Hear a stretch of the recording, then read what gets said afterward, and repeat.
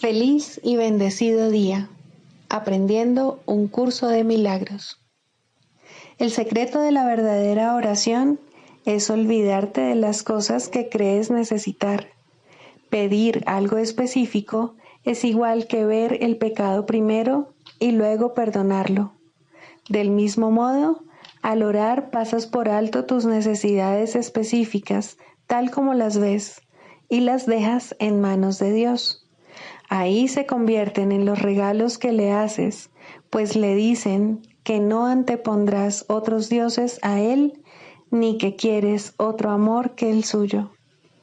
Este libro es un comienzo, no un final.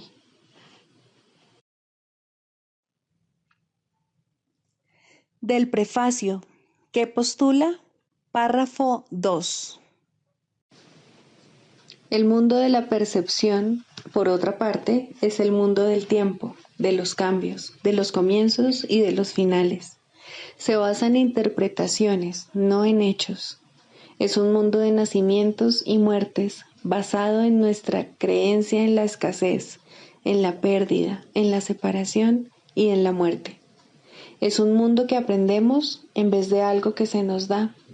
Es selectivo en cuanto al énfasis perceptual, inestable en su modo de operar e inexacto en sus interpretaciones. Introducción. Este es un curso de milagros. Es un curso obligatorio. Solo el momento en que decides tomarlo es voluntario.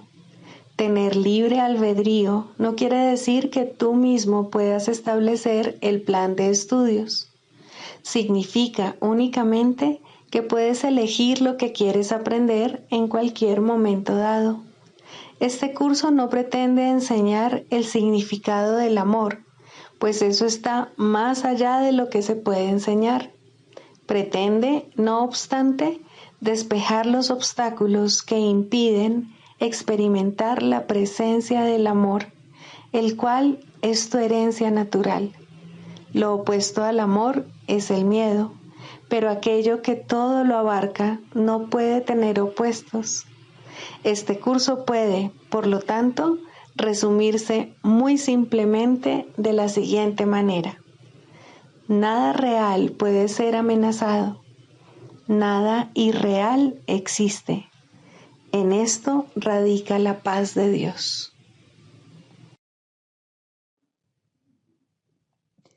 Capítulo 1. El significado de los milagros. Primero, principios de los milagros. Principio 36. Los milagros son ejemplos de recto pensar que armonizan tus percepciones con la verdad, tal como Dios la creó. Capítulo 11. Dios o el ego. 6. El despertar a la redención. Es imposible no creer en lo que ves, pero es igualmente imposible ver lo que no crees. La percepción se construye sobre la base de la experiencia y la experiencia conduce a las creencias. La percepción no se estabiliza hasta que las creencias se cimientan. De hecho, pues, lo que ves es lo que crees. Eso es lo que quise decir con dichosos los que sin ver creyeron, pues aquellos que creen en la resurrección la verán. La resurrección es el triunfo definitivo de Cristo sobre el ego, no atacándolo, sino trascendiéndolo. Pues Cristo ciertamente se eleva por encima del ego y de todas sus obras, y asciende hasta el Padre y su reino. ¿Qué prefieres? ¿Unirte a la resurrección o a la crucifixión? ¿Condenar a tus hermanos o liberarlos? ¿Te gustaría trascender tu prisión y ascender hasta el Padre? Estas preguntas son todas la misma y se contestan al unísono.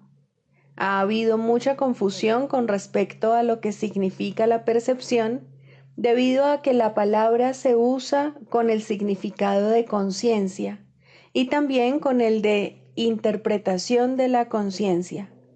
No obstante, no puedes ser consciente sin interpretar, pues lo que percibes es tu propia interpretación. Este curso es muy claro. Si no lo ves así, es porque estás haciendo interpretaciones contra él y, por lo tanto, no crees lo que dice. Puesto que lo que crees determina tu percepción, no percibes el significado del curso y, consecuentemente, no lo aceptas. Con todo, diferentes experiencias conducen a diferentes creencias y a través de estas a diferentes percepciones, pues las percepciones se aprenden mediante creencias y la experiencia ciertamente enseña. Te estoy conduciendo a una nueva clase de experiencia que cada vez estarás menos dispuesto a negar. Aprender de Cristo es fácil, pues percibir con Él no entraña ningún esfuerzo. Sus percepciones son tu conciencia natural y lo único que te fatiga son las distorsiones que introduces en esta.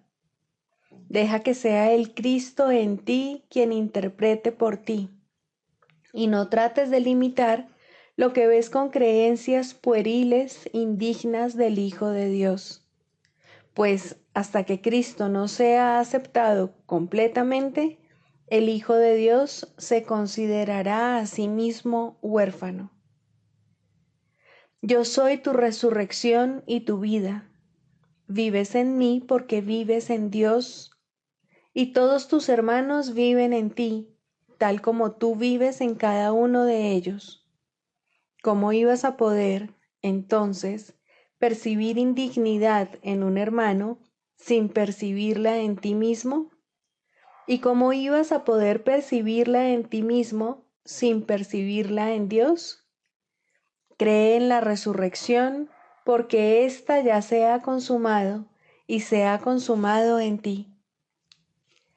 Esto es tan cierto ahora como lo será siempre, pues la resurrección es la voluntad de Dios, quien no sabe de tiempo ni de excepciones.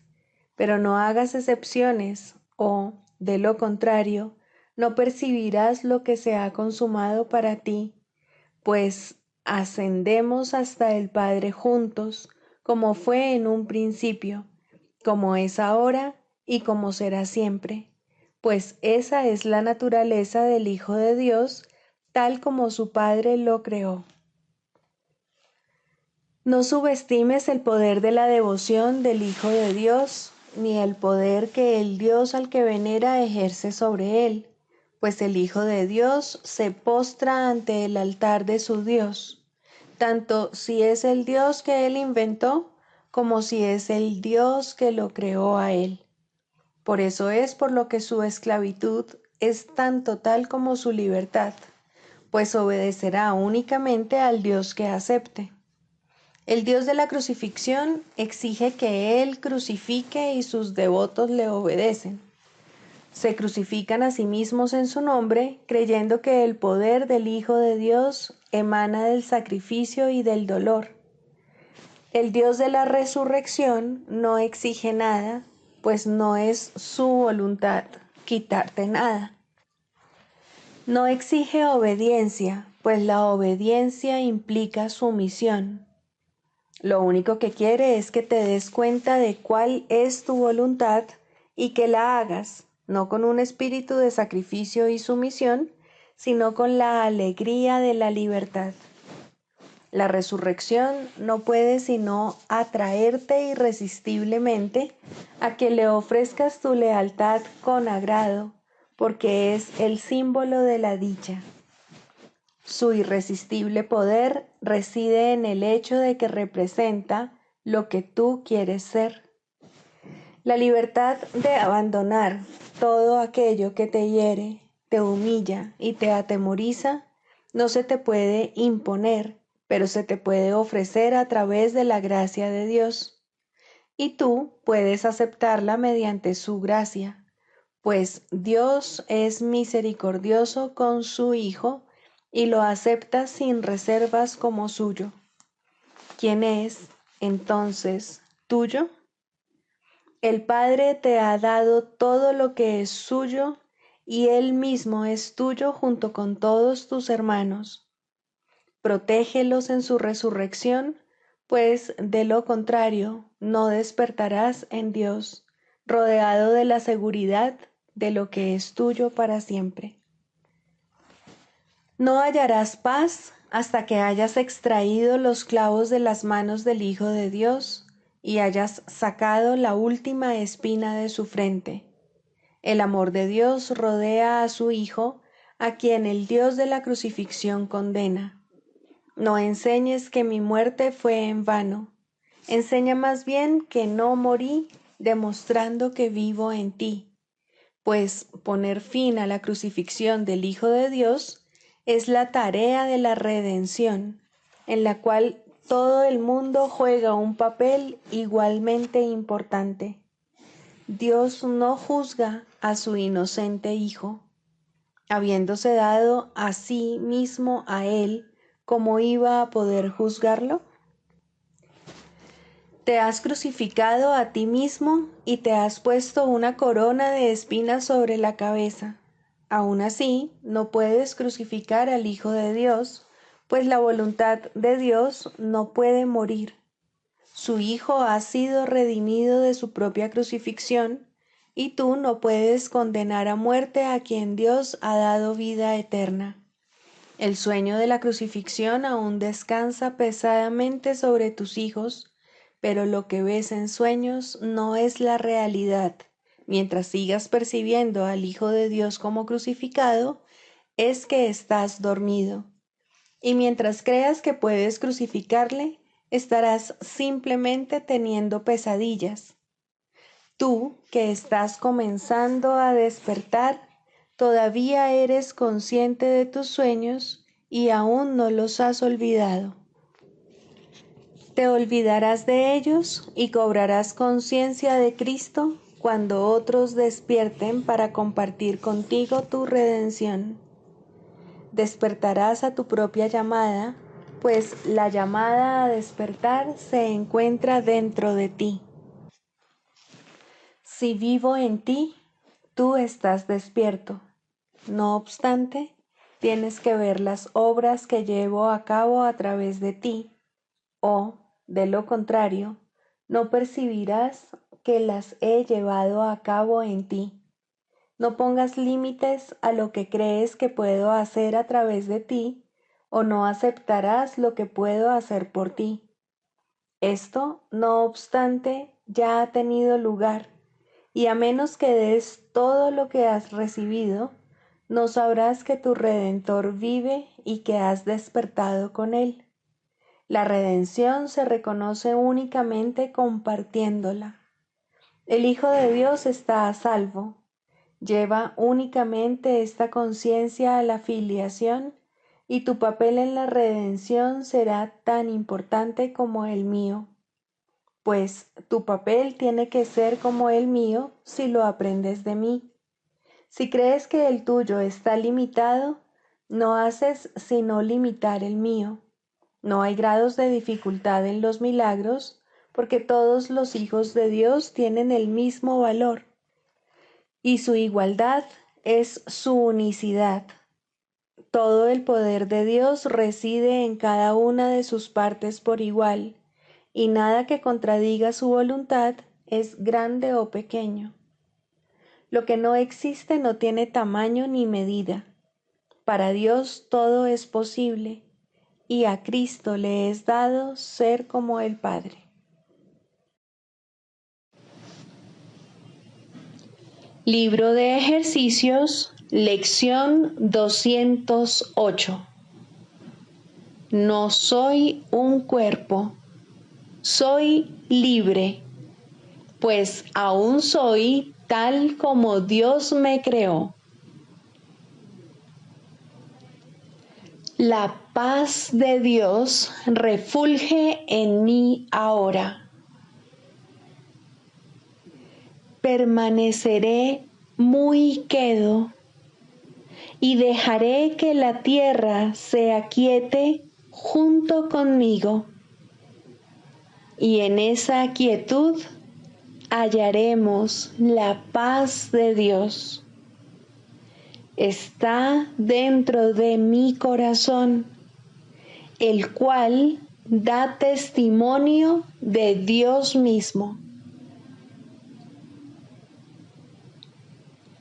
No soy un cuerpo, soy libre, pues aún soy tal como Dios me creó.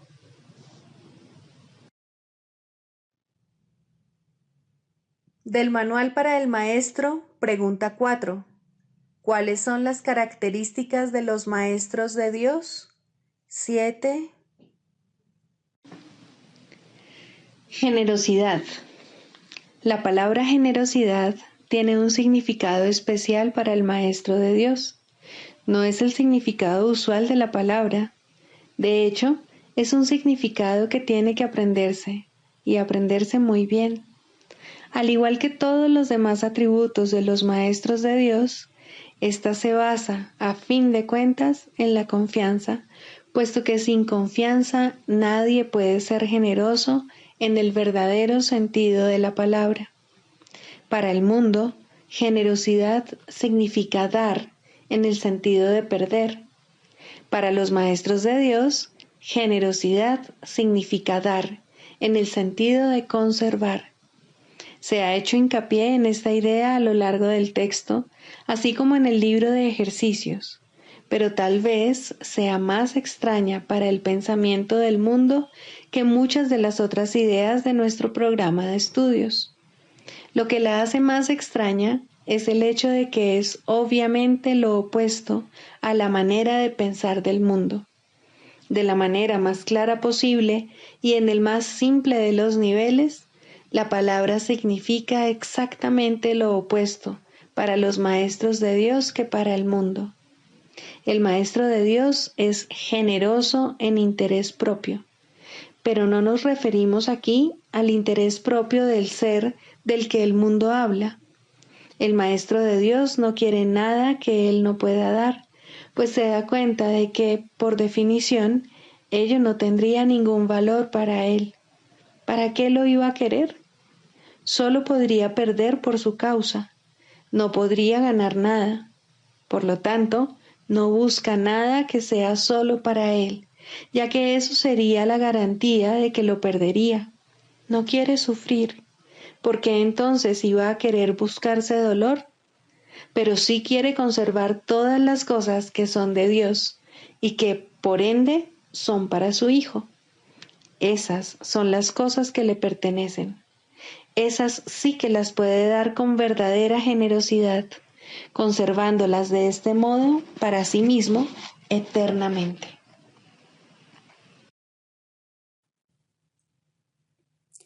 Manual para el Maestro, 27. ¿Qué es la muerte? La muerte es el sueño central de donde emanan todas las ilusiones. ¿No es acaso una locura pensar que la vida no es otra cosa que nacer, envejecer, perder vitalidad y finalmente morir? Ya hemos planteado esta pregunta anteriormente, pero ahora debemos examinarla con mayor detenimiento. La creencia fija e inalterable del mundo es que todas las cosas nacen para morir. Se considera que así es como opera la naturaleza y ello no se debe poner en tela de juicio, sino que debe aceptarse como la ley natural de la vida. Lo cíclico, lo cambiante y lo incierto, lo inestable y lo inconstante, lo que de alguna manera crece y mengua siguiendo una trayectoria determinada, es lo que se considera la voluntad de Dios. Y nadie se pregunta si un creador benigno hubiese podido disponer algo así. Si el universo que percibimos fuese tal como Dios lo creó, sería imposible pensar que Dios es amoroso, pues aquel que ha decretado que todas las cosas mueran y acaben en polvo, desilusión y desesperanza, no puede sino inspirar temor. Tu insignificante vida está en sus manos, suspendida de un hilo que Él está listo para cortar sin ningún remordimiento y sin que le importe, tal vez hoy mismo. Y aun si esperase, el final es seguro de todas formas. El que ama a un Dios así no conoce el amor, ya que ha negado que la vida sea real. La muerte se ha convertido en el símbolo de la vida. Su mundo es ahora un campo de batalla en donde reina la contradicción y los opuestos luchan en una guerra interminable. Allí donde hay muerte es imposible la paz. La muerte es el símbolo del temor de Dios. La idea de la muerte oculta su amor y lo mantiene al margen de la conciencia, cual un escudo puesto en alto para bloquear el sol. Lo siniestro de este símbolo basta para demostrar que la muerte no puede coexistir con Dios. La muerte presenta una imagen del Hijo de Dios en la que ésta acaba descansando en paz, en los brazos de la devastación, donde los gusanos lo esperan para darle la bienvenida y así prolongar un poco más su propia existencia gracias a su muerte. Mas los gusanos están igualmente condenados a morir, y de esta forma todas las cosas viven gracias a la muerte. En la naturaleza, el devorarse unos a otros es la ley de la vida. Dios está loco y solo el miedo es real. La extraña creencia de que una parte de las cosas que mueren puede seguir existiendo separada de lo que muere, tampoco proclama a un Dios amoroso, ni vuelve a sentar las bases para que se tenga confianza. Si la muerte es real para una sola cosa, la vida no existe. La muerte niega la vida, pero si la vida es real, lo que se niega es la muerte. En este caso no puede haber transigencia alguna. O bien existe un Dios de miedo, o bien uno de amor. El mundo intenta hacer miles de transigencias al respecto y tratará de hacer 1000 más. Ni una sola puede ser aceptable para los maestros de Dios, ya que ninguna de ellas sería aceptable para Dios. Él no creó la muerte, puesto que no creó el miedo. Para él, ambas cosas están igualmente desprovistas de sentido. La realidad de la muerte está firmemente arraigada en la creencia de que el Hijo de Dios es un cuerpo, y si Dios hubiese creado cuerpos, la muerte sería ciertamente real. Pero en ese caso, Dios no sería amoroso. Ningún otro punto ilustra en forma tan clara el contraste que existe entre la percepción del mundo real y la del mundo de las ilusiones. Si Dios es amor, la muerte es, de hecho, la muerte de Dios, y por lo tanto, su propia creación no puede sino temerle. Dios no es su padre, sino su destructor, su vengador, no su creador. Sus pensamientos son aterradores y su imagen temible. Contemplar sus creaciones es morir. El último enemigo destruido será la muerte. Por supuesto que sí. Sin la idea de la muerte no habría mundo. Todos los sueños acabarán con éste. Esta es la meta final de la salvación, el fin de todas las ilusiones. Y todas las ilusiones nacen de la muerte. ¿Qué puede nacer de la muerte y tener vida? Por otra parte, ¿qué puede originarse en Dios y morir? Las inconsistencias, las transigencias y los ritos que el mundo fomenta en sus vanos intentos de aferrarse a la muerte y al mismo tiempo pensar que el amor es real, no son más que necios trucos mágicos que no tienen sentido ni eficacia. Dios es eterno, al igual que todas las cosas creadas en Él. ¿No ves que de no ser así, Él tendría un opuesto y el miedo sería tan real como el amor? Maestro de Dios, tu única tarea puede definirse de la siguiente manera. No hagas ningún trato en el que la muerte sea parte integrante de él. No creas en la crueldad, ni permitas que el ataque oculte la verdad de ti. Lo que parece morir tan solo se ha percibido incorrectamente y se ha llevado al campo de las ilusiones. De ahí que tu tarea sea ahora permitir que las ilusiones sean llevadas ante la verdad. Mantente firme solo en esto. No te dejes engañar por la realidad de ninguna forma cambiante. La verdad no cambia ni fluctúa, ni sucumbe ante la muerte o ante la destrucción. ¿Y cuál es el final de la muerte? Nada más que esto, el reconocimiento de que el Hijo de Dios es inocente ahora y siempre. Nada más que eso, pero no olvides que tampoco es menos.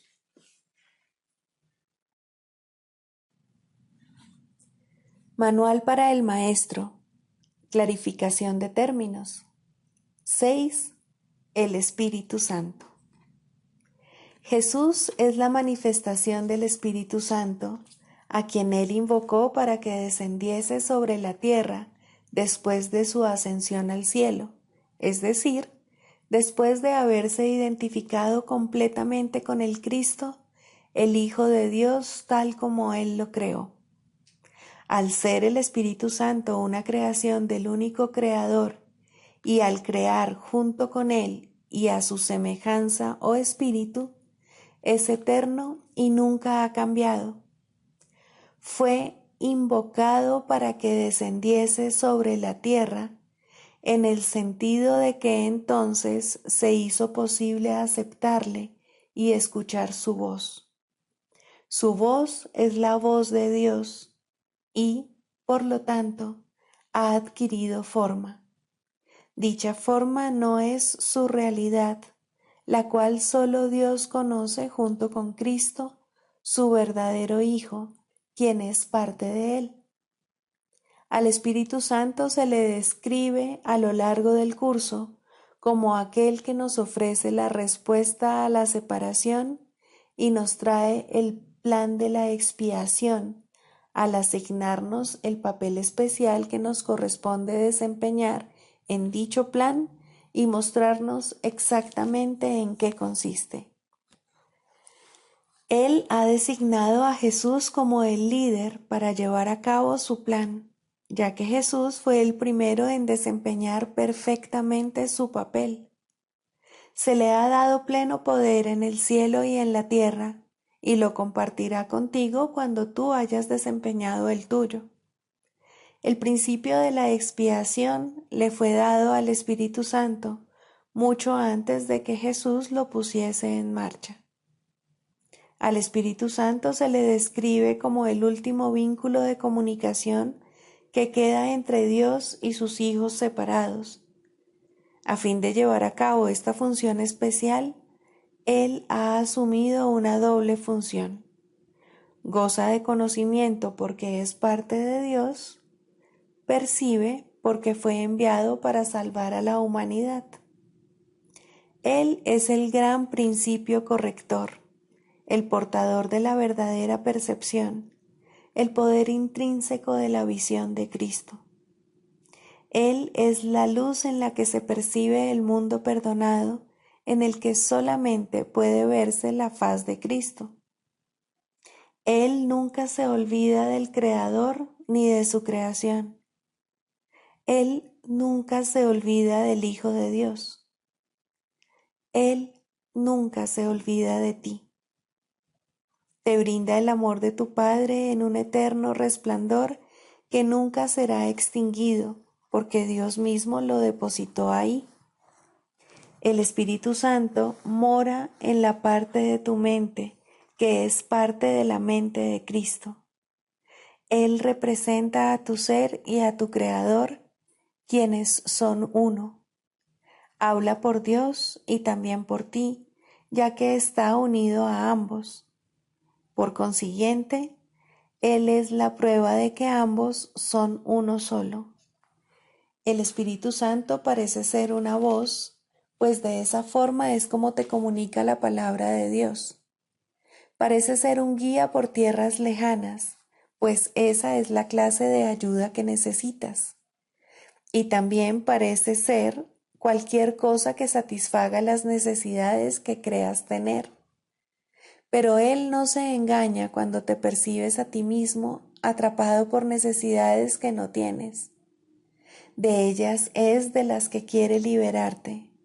De ellas es de las que quiere ponerte a salvo.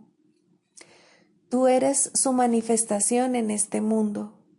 Tu hermano te invoca para que seas su voz junto con él. Por sí solo no puede ser el ayudante del Hijo de Dios, pues por sí solo no tiene ninguna función. Pero unido a ti es el resplandeciente Salvador del mundo, cuyo papel en la redención de éste tú has completado. Él te da las gracias a ti y a tu hermano, pues te elevaste con él cuando él empezó a salvar al mundo, y estarás con él cuando el tiempo haya cesado y ya no quede ni rastro de los sueños de rencor en los que bailabas al compás de la exangüe música de la muerte, pues en su lugar se oirá el himno a Dios por unos momentos más. Y luego ya no se oirá más la voz, ya que no volverá a adoptar ninguna forma, sino que retornará a la eterna amorfía de Dios. Psicoterapia. Primero, el propósito de la psicoterapia. Muy sencillamente, el propósito de la psicoterapia es eliminar los obstáculos a la verdad. Su objetivo es ayudar al paciente a abandonar su fijo sistema ilusorio y comenzar a reconsiderar las espurias relaciones causa-efecto sobre las cuales descansa este sistema.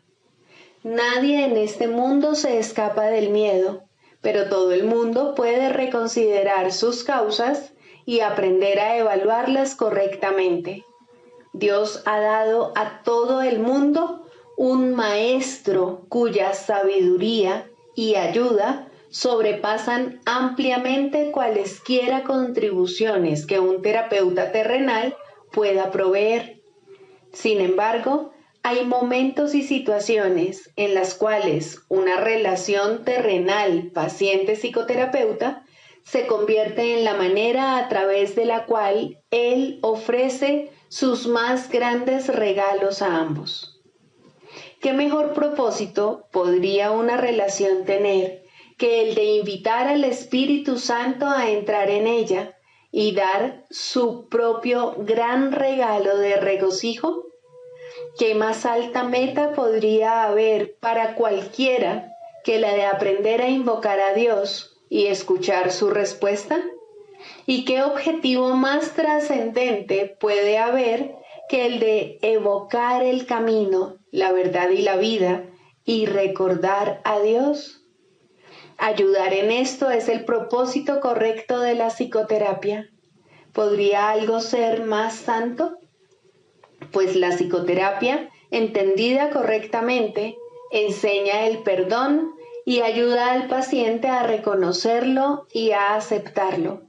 Y en su sanación, el terapeuta se perdona junto con él. Todo el que necesita ayuda, sin importar la forma de su sufrimiento, se está atacando a sí mismo y como consecuencia de ello, la paz de su mente está sufriendo. Estas tendencias a menudo se describen como autodestructivas y con frecuencia el paciente mismo las percibe de esa forma. De lo que no se da cuenta y lo que necesita aprender es que ese yo que puede atacar y también ser atacado es un concepto que él ha fabricado. Aún más, lo atesora, lo defiende y en ocasiones incluso se encuentra dispuesto a sacrificar su vida en nombre de ese yo, pues lo considera su propio ser. Lo ve como algo que se afecta, que reacciona a fuerzas externas según ellas lo requieren y que se encuentra indefenso en medio del poder del mundo. La psicoterapia, entonces, debe restablecer a su conciencia la habilidad para tomar sus propias decisiones. Debe disponerse a revertir su pensamiento y a entender que aquello que él creyó que proyectaba sus efectos sobre él era fabricado por sus propias proyecciones sobre el mundo. Por tanto, el mundo que ve no existe. Hasta que esto se acepte, al menos en parte, el paciente no puede verse a sí mismo como realmente capaz de tomar decisiones y luchará contra su libertad por creer que se trata de su esclavitud. El paciente no necesita pensar que la verdad es Dios para tener progresos en la salvación, pero debe comenzar a separar la verdad de la ilusión al reconocer que no son lo mismo y al estar paulatinamente más dispuesto a ver las ilusiones como falsas y a aceptar la verdad como tal. Su maestro lo conducirá desde ahí, tan lejos como se encuentre dispuesto a llegar. La psicoterapia solo puede ahorrarle tiempo. El Espíritu Santo usa el tiempo como lo considera mejor, y Él nunca se equivoca. La psicoterapia, bajo su dirección, es uno de los medios que usa para ahorrar tiempo y para preparar maestros adicionales para su obra. La ayuda que Él comienza y dirige no tiene fin. Cualquiera que sea la ruta que Él elija, toda psicoterapia finalmente conduce a Dios. Pero eso se le deja a Él. Todos somos sus psicoterapeutas, pues quiere que todos seamos sanados en Él.